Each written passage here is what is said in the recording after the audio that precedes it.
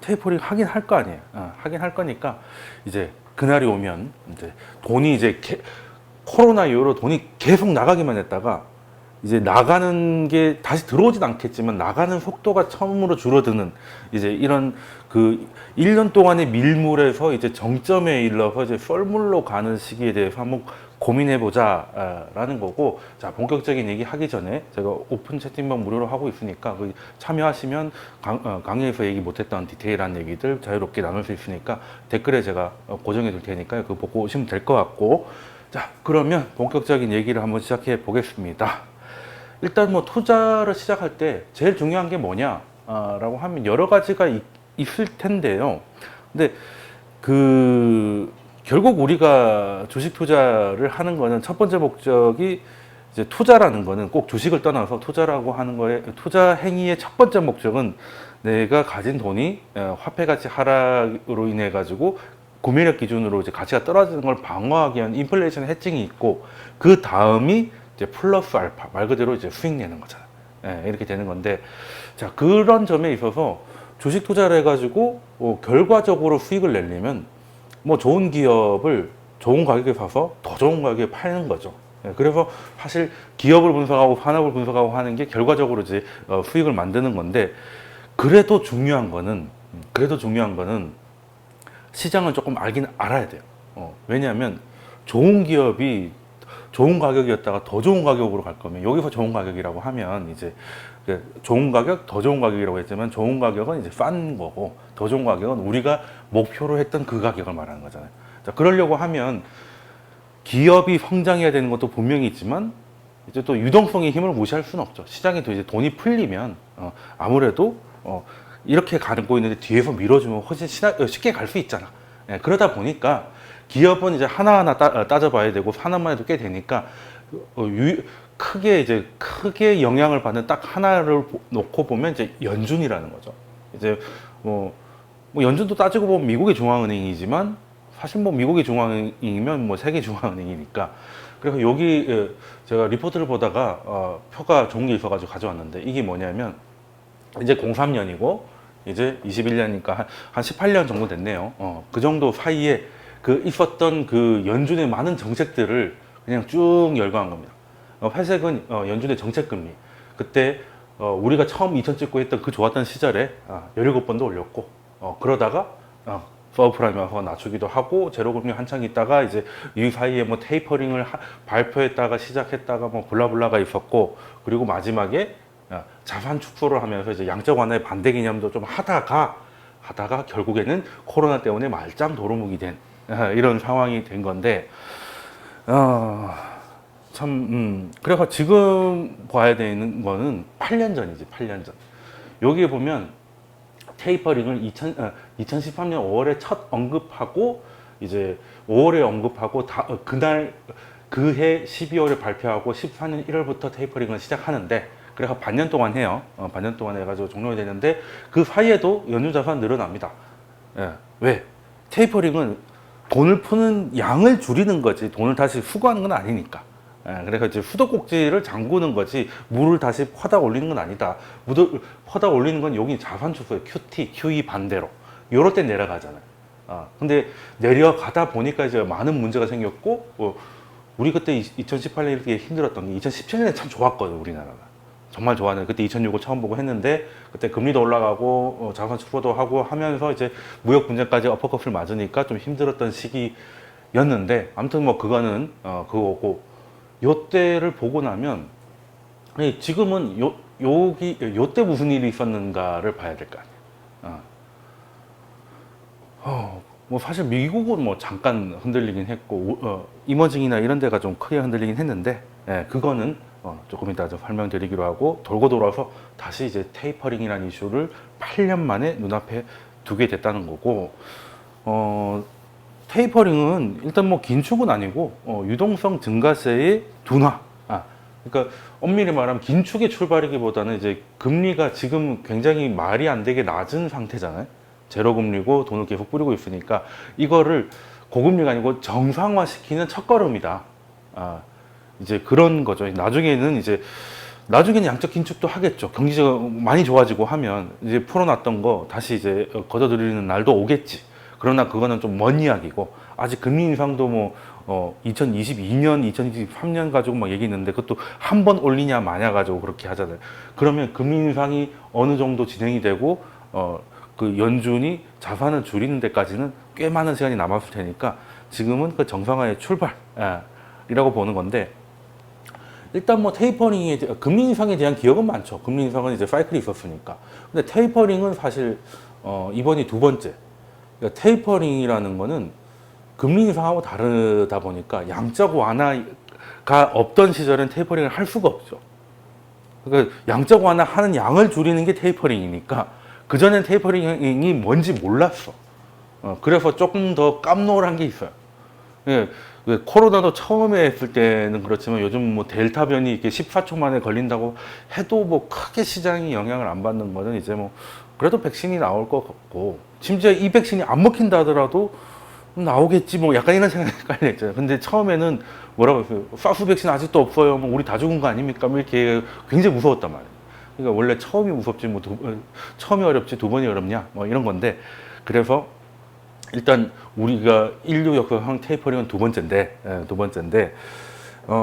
그래서 한 번에 사례 가지고 다 일반화하기는 조금 좀 과한 것 같아서 그래서 좀 현장에서 긴축의 역사를 보면 일단은 주가는 두 개로 올라가거든요.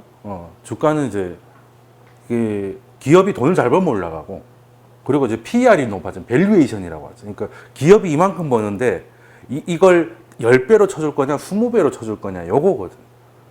그러니까 이제 그 돈을 많이 풀면 기업이 돈을 똑같이 벌어도 5배를 쳐주다가 10배로 쳐주면 주가가 2배가 되는 거예요. 예, 이거 이제 밸류에이션인데 아무래도 기업의 실적이 오르락내리락 하는 것보다 밸류가 오르락내리락 하는 게 훨씬 빠를 거잖아요. 예, 그래서 그때 이제 변동성이 커지는데 연준이 만약에 긴축을 한다, 꼭 테이퍼링이 긴축이 아니라 하더라도 긴축을 하면 이제 기업의 이익이 움직이는 것보다 당연히 밸류에이션이 좀 내려가는. 그래서 그 말은 주가가 떨어진다는 얘기죠. 그리고 그게 짧게 끝났냐 아니면 좀 길게 갔느냐 이 차이가 있었지. 뭐 긴축할 때 아무렇지도 않게 지나간 적은 없다는 거죠. 그게 왜 비행기 뜰 때 처음에 이제 두 바퀴가 이제 딱 뜨면 약간 푹 꺼지는 느낌이 들잖아.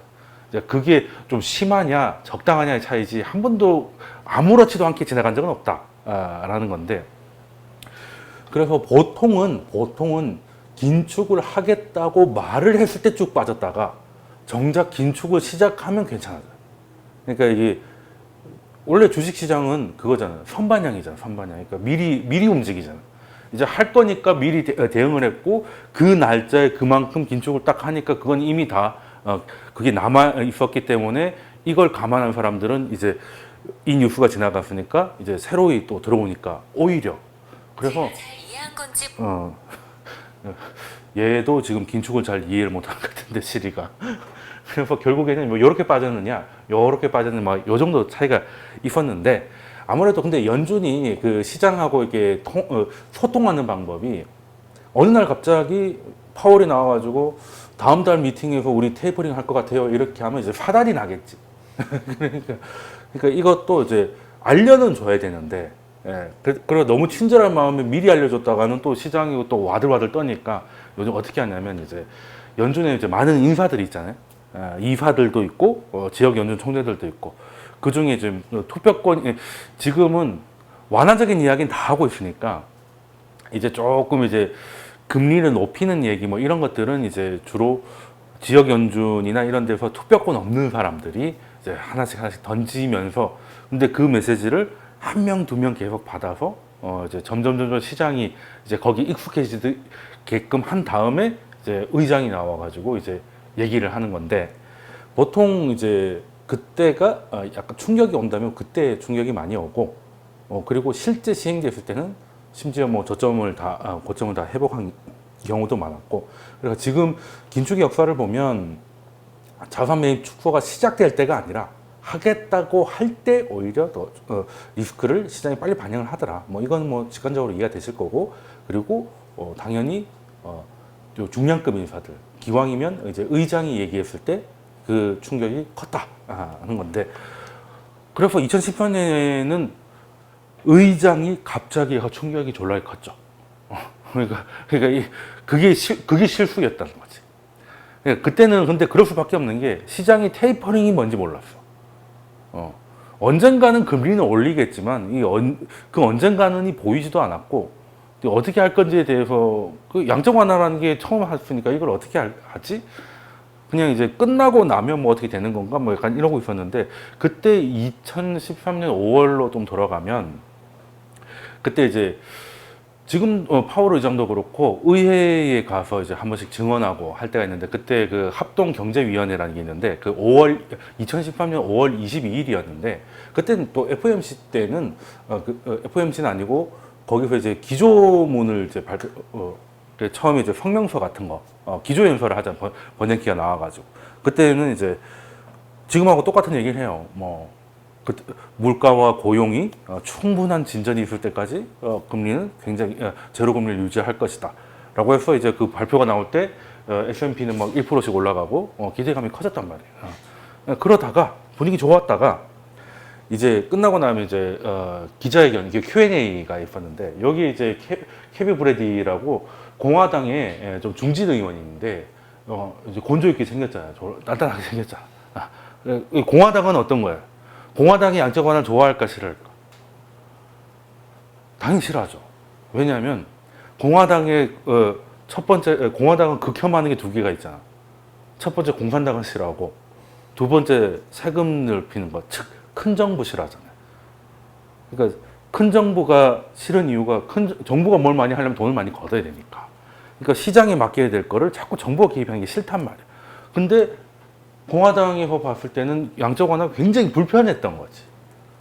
아니 뭐 정부가 뭘 할 게 아니라 중앙은행이 심지어 튀어나와가지고 시장을 이런 식으로 금리를 깔아뭉개고 있다. 굉장히 불편했단 말이에요. 그래서 그때 이제 뭐라고 이제 Q&A를 잠깐 보면 이제 그 버냉키 의장한테 그 얘기를 해요. 그러니까 지금도 파월 의장이 뭐라고 합니까? 고용 시장과 물가가 충분한 진전을 보였다고 확신이 들었을 때 뭐 이런 식으로 얘기를 하잖아요. 그러니까 그 얘기를 지금 1년 동안 하고 있으니까 이제 이 브래디 의원님, 그러면 그래 확실한 진전을 봤다고 치고 의장께서 생각하는 출구 전략이 뭡니까? 그러니까 충분한 진전을 봤을 때, 그러면 이제 버냉키가 그러면 먼저 양적 완화를 촉구할 거다. 어느 시점에 양적 완화가 끝이 날 건데 이때는 FOMC에서 가이던스를 제공한다. 그러니까 어떻게든 줄이든지 알려줄 거다. 근데 지금은 그게 필요치 않다. 라고 이제 언젠가는 줄일 건데 지금은 아니다. 라고 굉장히 이제 방어적 발언을 하는 거죠. 그래서 이제 브래드 의원이 또 다시 물어봐요. 그러면 지금은 필요치 않으면 언제 시작될 것 같냐? 라고 했더니 사실 이거 파월한테 물어보는 거랑 똑같은 거예요 지금. 그래서 이제 버냉키가 뭐라고 되냐면 노동시장에 실질적이고 지속적인 진전이 있었는지가 중요하고 확실한 개선이 나타났다고 판단되면 향후 몇 번의 FOMC에서 자산 매입 속도를 늦출 수 있습니다. 이 한마디가 딱 나옵니다. 이게 사실 모든 그 긴축 발작의 출발이에요. 이때부터 미국에는 이런 거 할 때 꼭 자막에 주가 지수 나오잖아. 이제 급락 나오기 시작하는 거지. 1% 올랐다가 1% 빠졌으니까 장중에 2% 빠진 거죠. 예. 왜? 좀 전까지만 해도 계속 할 것 같더니 이제 고용하고 이것만 괜찮으면, 그리고 향후 몇 번이라고 했잖아요. 그럼 1년에 FOMC 뭐 8번, 10번 하는데 1년 안에 이걸 줄일 거라는 얘기잖아요. 물론 다음 회의라고는 안 했지만 향후 몇 번이니까 해봐야 한 3, 4번, 1년 아니라는 거잖아. 그때부터 이제 주식은 이제 뭐 난리 나기 시작하고, 근데 이제 발언은 계속 해 가죠. 그래서 속도를 늦출 건데, 하지만 얘기했듯이 자동적으로 매입을 종료하지는 않을 거다. 데이터를 보고 결정하겠다.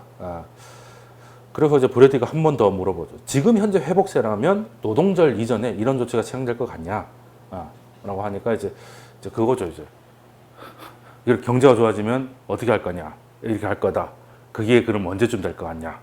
이렇게 되면 어떻게 할 거다. 그게 뭐 언제까지 될 거 같냐. 계속 이게 압축을 해 나가는 거죠. 보통 사람 아닙니다. 보통 사람 아니고. 자, 그래서 버냉키도 보통 사람 아니니까 그건 지금은 알 수 없고 데이터를 보고 결정하겠다. 그러면 출구 전략은 어느 정도 시점, 그러니까 하기 전에 얼마 전쯤에 알려줄 건가? 라고 물어봤더니 버냉키가 연준이 주목하는 지표는 시장도 확인할 수 있다. 우리가 보는 거 당신들이 보는 거다.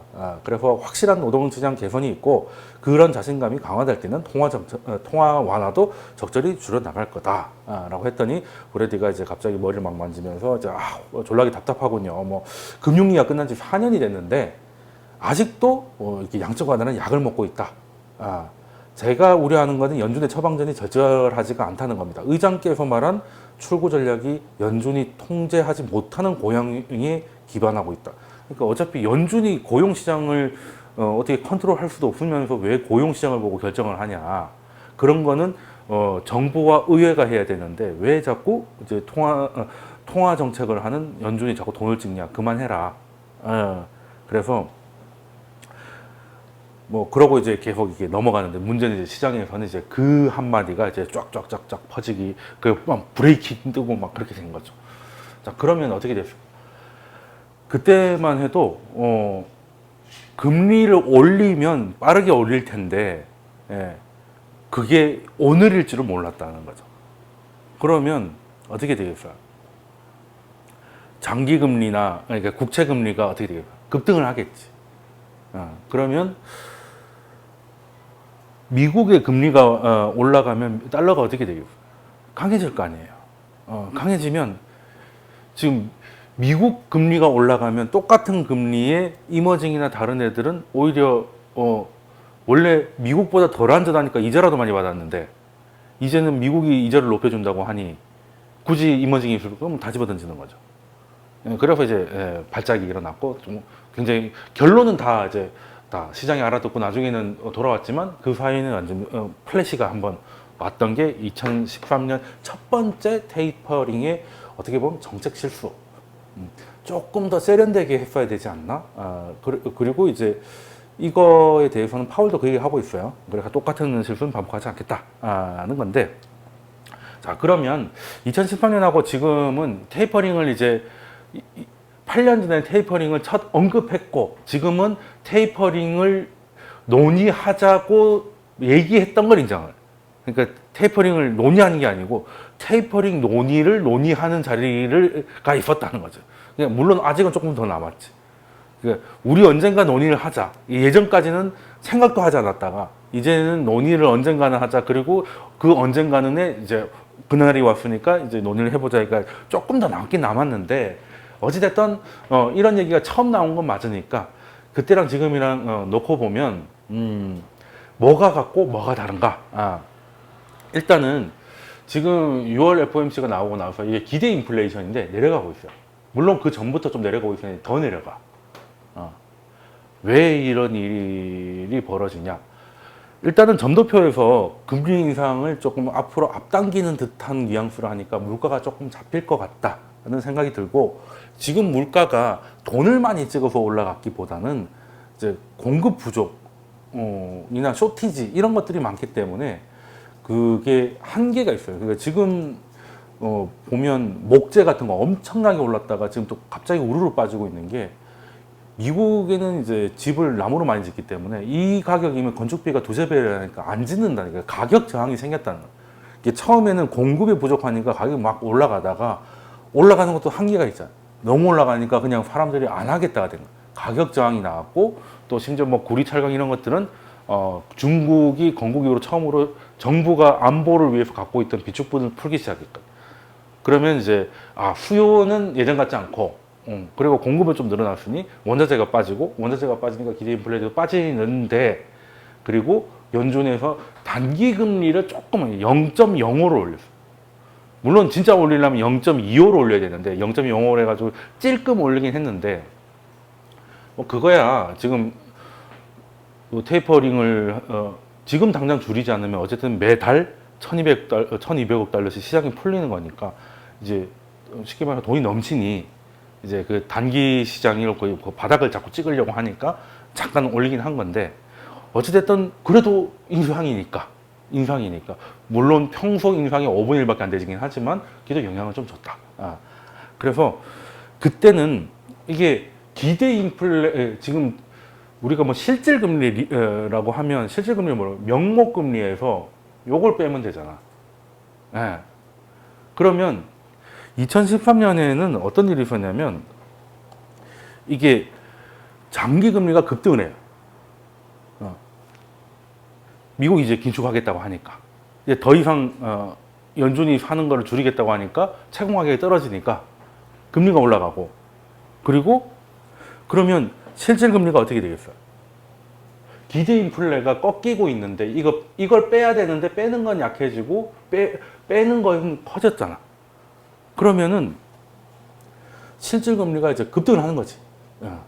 지금도 약간 좀 오르고 있어요. 지금도 똑같이 내리고 있어가지고 실질금리가 오르고는 있는데 그때는 엄청나게 올라요. 왜? 그때는 장기금리가 상승하면서 기대인플레가 꺾였고 지금은 장기금리하고 기대인플레가 같이 내려가고 있어요. 요거 차이가 굉장히 중요한 거예요. 그러니까 원래대로라면 장기금리가 올라가고 기대인플레가 꺾여가지고 실질금리가 올라가는 게 긴축의 일반적인 모습인데 이번에는 그러지 않았다. 그래서 실질금리가 오르고는 있지만 지금 장기금리가 내려가면서 2013년 그때처럼 급등하는 걸 좀 막아주는 안전거리를 좀 확보해주고 있다 라는 거예요. 그래서 이거는 왜 이런 일이 벌어졌을까 라고 하면 그러니까 연준이 하는 말을 시장이 받아들이는 겁니다. 인플레가 뭐 올해까지고 뭐 내년까지 계속 갈 게 아니다. 이제 인플레도 한계가 왔고 그렇기 때문에 연준이 금리를 올린다고 하는 그 시기만 살짝 당긴 거지 전체적으로 올리는 거는 똑같다는 거예요. 그러니까 금리 인상의 시점이 2023년 이후인 줄 알았는데 2023년에 한 2번 올릴 수 있다고 바뀌긴 했지만 전체적으로 레벨로 봤을 때는 똑같다는 거죠. 왜? 여기 거 빼서 여기로 땡기기만 했다는 거지. 원래대로라면 땡기면 이렇게 계속 올라가야 되는데 요거 떼서 여기다 붙였다는 거죠. 그래서 지금 금리도 선물이 있어요. 그러니까 나중에 금리를 미리 거래를 한단 말이에요. 이제 그걸 보고 이제 채권 시장이 이제 금리의 방향을 어떻게 생각하는지를 딱 볼 수 있는데 그거는 서베이 이런 게 아니라 실제 거래이기 때문에 가장 신뢰도 있는 건데 2022년에 금리가 올라가는 거에 대해서는 이제 가능성을 좀 높게 치고 있어요. 그런데 24년까지 확대해 보면 똑같아. 그냥 조삼모사라는 거지. 조삼모사라는 거예요. 그냥 연준이 인플레가 좀 신경이 쓰였는지 요걸 앞으로 좀 땡겼구나. 땡겼고 대신에 여기는 뻥 비어가지고 결국엔 똑같은 걸 들어놓으니까 채권 시장이 그렇게 반응을 하고 장기금리는 내려가는 거야.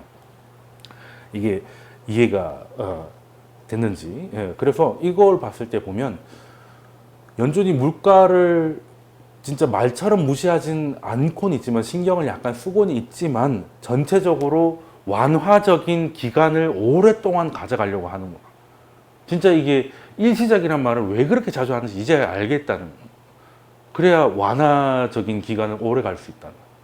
근데 이제 너무 난리를 피우고 걱정을 많이 하니까 앞으로 조금만 당겨놓고 그것도 점도표로 다른 게 아니라 점도표는 언제든지 바뀔 수 있으니까 그래 놓고 이제 그 완화의 의지가 좀 강력하다 뭐 그럴 수밖에 없는 게 지금 미국이 뭐 재정정책 써야 되는데 장기금리 다 끌어올려 놓으면 실질금리가 뭐 쭉쭉쭉 올라가면 그거 뭐 하나가 될 수도 있기 때문에 물론 장기금리는 조금씩 올라갈 건데 연준이 생각보다 더 많이 올라가는 건 피곤하다.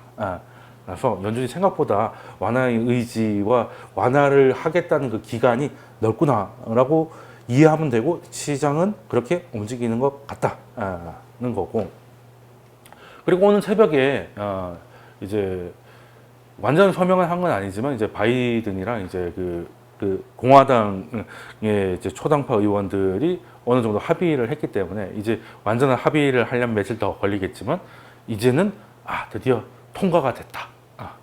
물론 뭐 처음 얘기했던 2.3조 달러는 아니고 1조 달러 정도가 돼서 반 토막 이하로 떨어졌는데 그래도 괜찮은 게 여기서 우리가 정체가 좀 세련돼야 되는 거예요. 이게 지금 블루 웨이브니까 그냥 2.3조를 민주당이 그냥 단독 처리해가지고 쭉 담을 수도 있었겠지만 그래서 우리가 조금 약간 기대감도 있었고 우려도 있었는데 이게 거의 3월에 처음 얘기 나오고 3개월 동안 뭐 계속 깎기만 깎고 그리고 가만 보면 민주당만 양보를 하다가 이제 사실상 합의를 못 정해졌는데 왜 그렇게 했을까? 2년 후에 만약에 상하원 중에 하나라도 공화당이 가져가면 다 엎어버릴 수 있잖아요. 그러니까 지금 공화당하고 합의를 해서 통과시켜놔야 2년 후에 중간선거에서 의회가 어찌되든 동 이게 계속 유지가 된다는 거예요. 그러니까 지금 뭐 보기 좋게 큰 금액을 하는 게 중요한 게 아니라 원래 일반적인 정치인은 그랬겠죠. 내가 이 정도의 큰 금액을 밀어붙였다. 근데 바이든이 어떤 사람이 맨날 협상하던 사람이잖아. 그리고 그 협상의 대상은 지금도 협상의 대상이 공화당이었고. 그러니까 이제 정권은 뭐 4년이겠지만 뭐 재선을 바이든이 아니라 뭐 민주당이 될지언정 더 4년 이후에 봐야 되겠지만 미국은 2년마다 중간선거가 있는데 이대로 가다간 뒤집어질 수 있다. 그리고 겨우 50대 50에서 부통령에서 51인데 이게 넘어가 버리면 공화당이 그 말도 안 된다고 생각했던 걸 머릿수로 밀어붙였던 기억이 있다면 2년 후에는 자기들이 또 뒤집을 수도 있다. 그래서 어떻게든 안 뒤집을게. 너희들도 했잖아. 이걸 만들려고 하는 게 어떻게 보면 정치의 세련함인데 우리나라는 그게 아니라 이제 무조건 밀어붙이잖아요. 180석으로 그냥. 그러니까 이제 그러면 또 이제 또 정권 바뀌면 또 반대로 또 막 밀어붙이고 적폐다 막 이렇게 되는. 뭐 그러니까 이게 약간 뭐 오바이트 쏠리는 거지. 왔다 갔다가 너무 심하니까. 물론 우리나라는 이제 좌나 우가 다 못하기 때문에 한 곳이 오래 가면 안 좋다고 생각하고 저는 지금 5년마다 정권 교체를 꿈꾸는 사람인데 그래야 내 권력이 5년밖에 안 되는구나를 걸 서로 알아야 큰 잘못을 안 저질러요. 박근혜도 뭐 영원할 줄 알았다고 오바를 했고 지금 문재인 정부도 약간 그런 게 있으니까 그렇지만 그래도 국가 기관 인프라 같은 기관은 너무 왔다 갔다 하면 안 돼. 이제 그런 것들은 이제 미리 개관해서 얘들도 설사 다음에 레드 웨이브가 돼도 그냥 갈 수 있을 정도로 다 해달라는 거 다 해줬잖아, 솔직히. 공화당은 500억 달러 올리고 얘들은 뭐 7천억씩 깎고 그리고 공화당이 싫어했던 거 세금 올리는 거 지금 보류해 버렸잖아. 28% 법인세 인상 그거 뭐 언제로 밀려버렸잖아. 그런 거 보면 그래도 미국이 우리보다는 선진국이구나. 물론 트럼프 때는 우리보다 못한 줄 알았는데 아무튼 이런 거 보면 조금 이렇게 뭐 그런 건 좀 있어가지고 안타깝다 하는 건데 어쨌든 중요한 거는 지금은 이제 연준의 통화 정책은 이제 전체적으로 완화지만 더 완화되진 않는 상황이다. 절대값으로 봤을 때는 완화지만 예전처럼 극단적인 완화에서 계속 더 늘어난 게 아니라 완전 완화에서 꽤 완화 뭐 이런 식으로 좀 줄어들 거기 때문에 이제 공은 어디로 간다? 이제 재정 정책으로 가고 그게 어찌됐든 결실을 맺었는데 2.3에서 1조가 됐다는 건 실망할 게 아니라 오히려 안전빵으로 생각하는 것도 나쁘진 않고 하나 슬픈 게 있다면 이게 이제 신규로 새로이 늘어난 것 중에서 그 인프라라는 게 뭐 물론 뭐 철도, 항만, 항공 뭐 이런 것들 전통적인 인프라가 있고 지금 이제 뭐 5G라던가 뭐 이렇게 아니면 신재생 이런 거에 새로운 인프라가 있을 텐데 그게 많이 날아갔어요. 왜 공화당이 다 기존의 전통이 많을 거니까 그래서 그거는 처음 얘기했던 5분의 1밖에 안 됐어요. 친환경 쪽은. 그래서 테슬라도 요즘 분위기는 좋은데 테슬라가 작년 11월에 미친 듯이 올라왔잖아요. 1월까지. 그러고는 뭐 매수 찬스 소리를 한 2달 들은 것 같은데 그게 왜 그랬냐면 이 친환경 인프라를 빡세게 하면 지금 전기차에서 짱 먹고 있는 테슬라가 제일 수혜가 될 것이고 그래서 쭉쭉 갔단 말이에요. 근데 지금도 통과가 됐으니까 할 건데 초안보다는 그쪽에서는 좀 많이 양보를 해서 11월 때만큼의 기대를 하기에는 조금 아쉬운 면이 있지 않나 싶기도 한데 또 뭐 스타링크가 어떻게 될지 모르니까 좀 봐야 되겠지만 일단 그거는 나중 문제고 지금 통과된 거는 11월에 비해서는 조금 동력이 약하다라는 게 그래서 통과된 내용을 보니까 좀 이렇게 그래도 이틀 동안 한 10%씩 오르고 10% 정도 넘게 오르고 오랜만에 좋은 모습 보이고 있던데. 예. 근데 이제 그건 조금 아쉽더라. 뭐 그런다고 망한다는 건 아니고. 예, 그래서 일단은 재정 정책으로 가게 됐다는 거고. 그래서 제가 요즘 강의에 늘 얘기하는 게 2000년 이후의 경기 침체는 대부분 연준의 실수 때문에 일어났는데 그 실수도 패턴이 있더라는 거죠. 그 패턴이 뭐냐면 금리 인상을 좀 과도하게 해서 경기 침체가 왔다라고 해요. 근데 과도하게 한 원인이 미국만 딱 놓고 보면 과도하지 않았어. 근데 글로벌하게 보면 과도했던 거야. 그러니까 미국은 견딜 수 있어가지고 그러니까 연준이 뭐 뒤통수 치려고 그런 기관이 아니거든. 솔직히 뭐 주식시장 뭐 잘 돼가지고 나쁠 건 없는데 연준 입장에서도 그렇다고 너무 버블이 되면 문제겠지만 쫄딱 망한다고 좋은 게 아니란 말이야. 근데 왜 이런 실수를 하냐? 미국 중앙은행이니까 미국을 봤지. 그래서 올렸더니 미국은 이 정도면 견딜만해 했는데 이제 준비 안 된 애들이 막 오바이트 쏠리고 막 이러니까 결국엔 돌고 돌아가지고 미국 경제도 타격을 받으니까 이게 아닌가? 이렇게 되는 거. 그런 상황이 계속되다 보니 그래서 연준은 그냥 이제는 이제 그냥 깨놓고 이제 글로벌 중앙은행으로 가야지.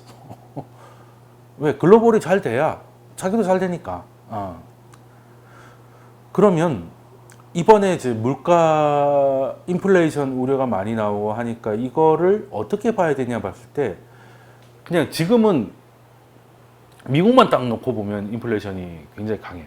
그러니까 내가 어떤 얘기를 하고 싶냐면 지역별로 좀 볼 필요가 있어요. 지역별로, 원인별로, 상품별로 좀 볼 필요가 있는데 지금 인플레이션 우려하는 사람들 유명한 사람 되게 많아요. 레리 서머프부터 시작해 물론 레리 서머프 교수가 경고했을 때는 2.3조 달러가 통과될 줄 알았던 건데 지금 절반이니까 요즘은 이제 화를 덜 내시더라고. 반이 확 날아갔으니까. 그래도 뭐 제레미 시걸이나 이런 사람들은 여전히 인플레이션 우려를 하고 있는데 근데 그럴만한 게 이게 이제 물가 지수인데 미국만 미치듯이 오르고 다른 데도 안 오르는 건 아닌데 미국이 그냥 빡빡 오르고 있는 거예요.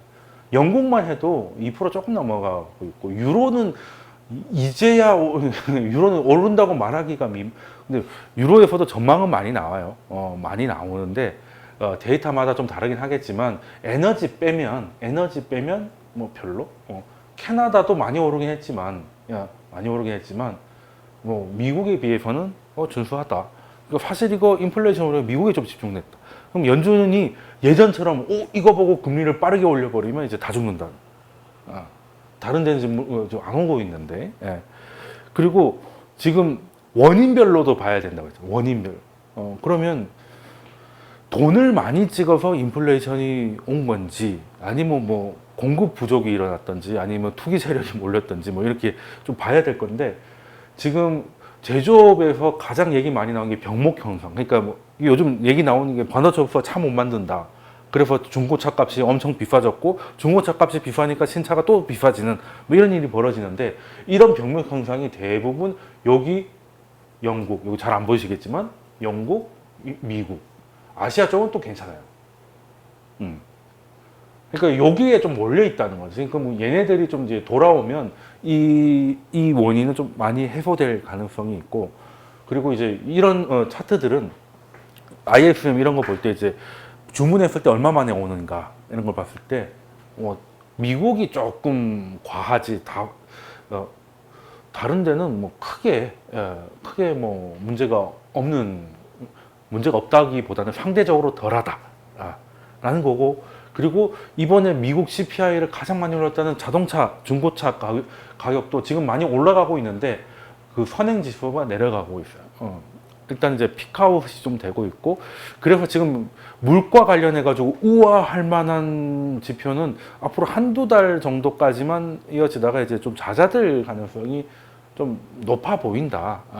그렇다면 굳이 연준이 이거 이상으로 액션을 할 필요는 없다.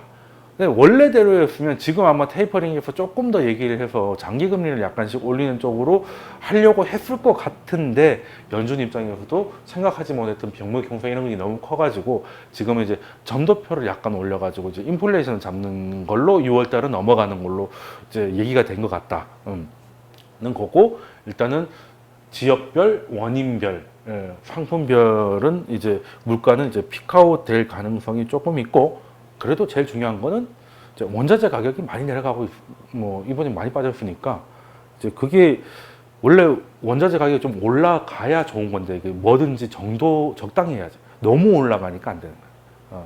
근데 이제 이게 좀 빠진 거는 지금 당장은 뭐 경기 민감주나 가치주한테 도움은 안 되겠지만 중장기적으로 봤을 때는 가격 부담을 좀 덜게 되니까 이게 고객들한테 가격을 전가하는 것도 한두 번이지 원자재가 이런 식으로 올라가는 것도 여전히 부담이었다.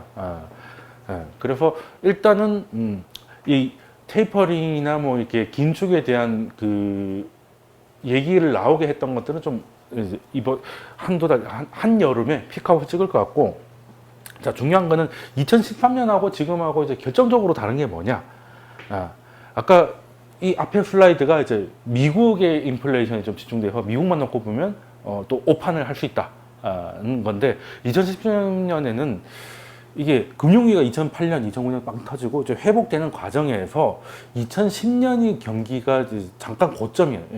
그때는 이제 미국도 뭔가를 하고 양적 완화를 하고 여기 이제 부통령일 때 ARRA라고 해가지고 이제 재정 정책을 이제 시작을 하고 하면서 2010년에 이제 경기가 정점을 찍고 미국은 와리가리. 그러니까 미국이 상태가 나빴으면 테이퍼링 얘기를 안 했겠지. 미국은 더 좋아지기보다는 뭐 이런 식으로, 그리고 미국도 이제 성장은 대부분이 이제 나스닥 쪽에서 하고 나머지 것들은 이제 섞으니까 도찐객진 상황이었는데, 유럽이나 중국이나 이머징이나 한국은 다 2010년을 고점으로 2012년부터 본격적으로 둔화되고 있어요. 그러니까 정책 효과가 없는 거지. 이제는 미국에서 돈 찍는 것도 끝나서 심지어 이제 돈도 줄이려고 하고 있고, 중국이 2년 동안 2.5조 위안을 썼던 게 이제 부메랑이 돼서 공급 과잉 이슈가 터지고, 그래서 서로 힘든 와중에 미국이 금리 올린다고 하니까 이제 쉽게 말해서 기저질환이 있는데 이제 코로나가 와가지고 중증으로 넘어가는. 젊었으면은 뭐 이겨낼 수 있었을 텐데. 그래서 이때도 실수했던 게 미국만 봤다는 거지. 그래서 그럼 미국은 뭐 혼자 사나? 그건 아니에요. 그래서 근데 지금은 어떤가? 지금 이제 경제를 보면 기업의 실적 이런 것들이 어찌됐든 제일 중요할 텐데, 그래서 이제 그 서프라이징 인덱스, 그러니까 뭐 삼성전자가 뭐 얼마를 벌 줄 알았는데 이거보다 더 많이 벌면 서프라이즈, 뭐 밑으로 보면 쇼크인데 이게 이제 얼마나 되는지 이걸 뭐 ESI라고 하는데, 이런 것들이 지금 미국도 꽤 높지만 유럽이나 다른 데서도 계속 높고 절대값도 2013년보다 다 높은 상황이라서 현재는 2013년보다 기저질환은 현재는 없는 상태.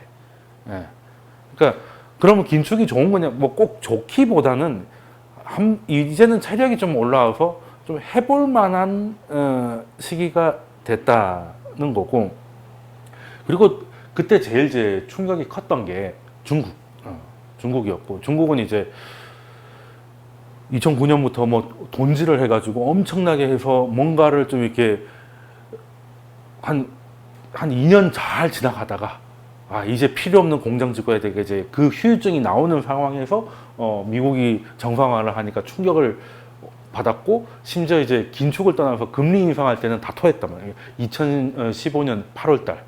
9월 달에 금리 오를 거라는 게 기정사실이었으니까 8월 달 돼서 그때 뭐 중국이 외환 보유고 1조 달러 날라가고 뭐 소로스 나 칼베스가 나와가지고 중국 6개월 안에 망할 거라고 저주하고 막 그랬던 시기였는데, 그럼 중국이 지금은 그대로 가만히 있을까? 지금 사실 중국은 긴축하고 있어. 사실상 긴축이.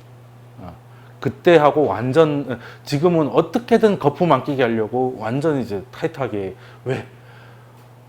어찌됐든 23년이 됐든 22년이 됐든 24년이 됐든 금리 올린다고 했으면 올릴 거고 지금 올릴 분위기잖아. 그러면 2015년에 있었던 그 사단을 당연히 기억해야 되고, 그래서 오늘 또 체코가 금리를 올렸어요.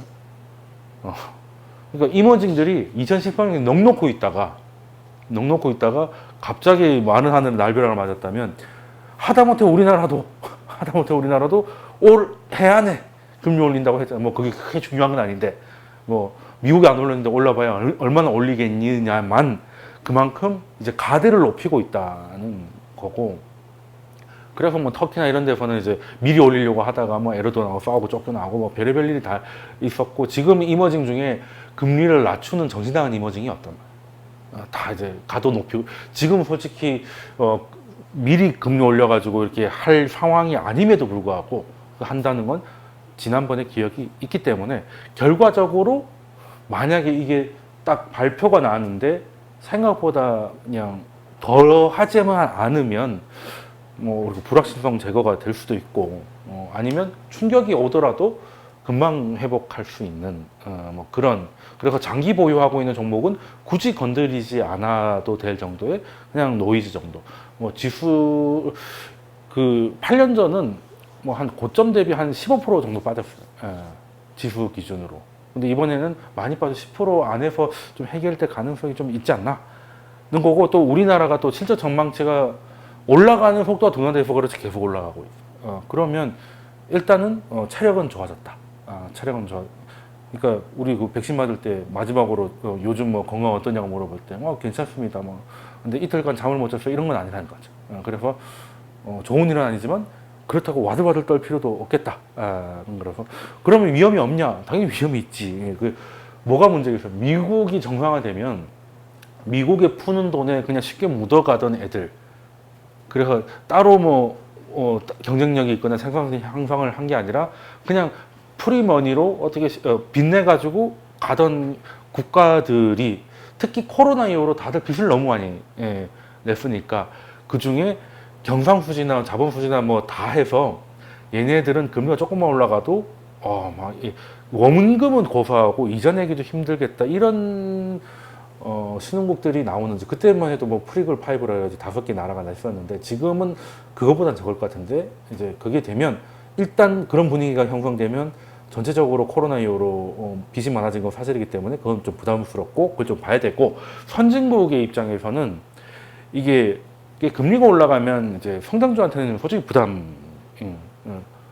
성장주는 지금 돈을 못 버니까 나중에 벌 거를 담보로 돈을 시장에서 땡겼든 뭐 채권 시장에서 땡겼든 어떻게든 땡겨서 쓰는 기업들인데, 뭐 쿠팡 같은 뭐 요즘 팡팡 터지고 있는 악재 팡팡 그런데 거기는 창사 이래 단 한 번도 돈 10원을 벌어본 적이 없는, 흑자를 낸 적이 그래도 뭐 시총이 그렇게 되는 건 나중엔 벌겠지라는 게 있는데, 근데 그 사이 금리가 올라가면 이제 돈을 땡겨오는데 이자 비용도 늘어날 것이고, 돈의 입장에서도 여기서 그냥 마냥 기다리느니 딴 데 가서 돈 벌면 되잖아, 이렇게 돼서 좀 부담이 되기 때문에, 선진국 같은 경우는 혁신 기술 사이클이 좀 이렇게 쉽게 말해서 그 미국의 대형 기술주들의 성격이 두 개가 있잖아요. 팡들이 있고, 애플 중심의 팡이 있고, 테슬라, 엔비디아 중심의 또 약간 그쪽이 좀, 그쪽이 그냥 동력을 잃는 거지. 뭐 애플은 맨날 똑같은 폰 만들고, 테슬라도 더 이상 이기 없고 맨날 트윗만 한다거나 뭐 이런 식으로 돼버리면, 이 혁신 사이클이 종료가 되면, 뭐 전기차가 뭐 생각보다 안 된다던가 이렇게 되면, 이제 여기서 이제 매물이 나오면 좀 피곤할 수가 있고, 또 투자가 집행이 안 되면 이제 혁신 사이클이 줄어드는 게, 이게 조금 선진국은 요게 문제고, 신흥국들은 이제 일단 빚이 늘어났으니까 요거를 좀 체크해야 된다. 꼭 이렇게 된다는 게 아니라 체크해야 된다면 이런 게 아니겠는가 라는 거고. 그래서 일단은 뭐 테이퍼링이라는 거는 호재는 분명히 아니지만, 그렇다고 마냥 미룰 수도 없는 일이기 때문에, 일단 경험도 있고 지난 경험에서 얻은 교훈을 바탕으로 준비한다면 못 이겨낼 것도 없다. 뭐 그때도 말은 하나의 날벼락을 맞았어도 어떻게든 이겨냈는데, 지금은 못할 거 없어 보이고, 그리고 테이퍼링은 뭐 주가의 상승 속도를 좀 둔화시키거나 할 그거지, 하락장으로 방향을 바꿀 만한 이슈는 좀 아닌 것 같다. 오히려 이렇게 하니 많이 하다가 그래 언제 어떻게 하는 게 딱 나와버리면 오히려 차라리 불확실성 제거가 될 수 있겠다라고 보는 거고, 사실 또 팬데믹 이후로 가장 매파적이었다는 6월달 FOMC도 역설적으로는 연준이 통화정책 완화를 굉장히 오랫동안 가져가고 싶어 한다는 걸 오히려 거꾸로 보여준 게 아니겠습니까? 그래서 시장이 알아먹었기 때문에 장기금리가 하락했다라고 금방 설명을 드렸고요. 그래서 과거의 경우 이제 긴축 언급이 나오면 장기금리가 상승하다가 긴축이 딱 시작되면 장기금리가 하락을 했는데 지금은 바로 이제 하락을 좀 시작하다 보니까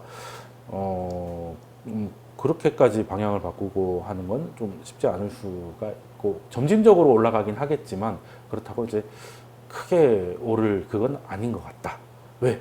근데 왜 예전에는 왜 긴축을 언급하면 장기금리가 올라갔다가 긴축하면 내려가느냐? 그때는 경기가 좋으니까 금리를 올린다라고 된 거예요. 그러니까 연준이 금리를 올려야 될 만큼 경기가 좋다는 거잖아요. 그러면은 이제 그게 인플레나 성장으로 나올 거니까 그러면 인플레가 성장이 나오면 채권 가격이 떨어지니까 장기금리 올라가고 그러다가 실제 금리가 딱 올라가면 그만큼 경기가 쿨다운이 되니까 경기가 좀 내려갈 거니까 그만큼 채권 가격이 올라가서 금리가 내려가는 건데 지금은 당장 뭐가 뭐 물가 이런 것들은 일시적일 것 같고 지금 연준이 완화적으로 갈 것 같기 때문에 오히려 장기금리가 더 올라가야 되는데 못 올라가고 조금씩 오히려 내려가고 있는 상태다. 그래서 연준이 완화적인 기간을 오래 가려고 한다는 걸 시장이 노출됐다는 말이 이 말이에요. 이거 이해가 되죠. 자, 그래서 사실 뭐 적당히 치르고 나면 불확실성 제거로 시장이 이제 좀 몸을 좀 가볍게 할 수 있는 그런 계기가 될 수도 있다. 그래서 뭐 오히려 지금 성장주가 시원하게 못 빼는 이유가 실질 금리가 좀 올라서 그런 거. 근데 이게 어느 정도 또 정리가 되고 금리가 또 낮으면 또 성장주한테 기회가 될 건데 성장주한테 늘 뒤통수를 구리게 만들었던 테이퍼링 이슈가 지나가고 나면 뭐 하나 오히려 그때부터 해볼 만한 게 되고 실제로 2013년에 테이퍼링 이후로도 시장 대비 더 아웃퍼폼했던 게 이제 경기 관련 소비재. 그러니까 지금 우리 민감주 그리고 IT가 오히려 다른 것보다 더 잘 나갔다. 뭐 가치주보다 더 경기 민감주. 그러니까 한마디로 왜 경기 민감주 좋았겠어? 연준이 테이퍼링을 할 정도로 경기가 좋아졌다는 반증이 되니까. 그런데 그게 강하진 않아서 장기 금리를 끌어올리지 못하고 있지만 어쨌든 경기는 좋으니까 경기가 이 사이클이 끝날 때까지 경기 민감주가 좋고 그리고 성장주는 아까 얘기했던 그것대로 다시 들어올 거니까 2018년에도 똑같은 흐름이 한 번 있었는데 지금도 뭐 똑같이 된다는 보장은 없지만 한번 그때 기억을 가지고 시장을 관찰하다 보면 좋은 기회가 있을 수 있다.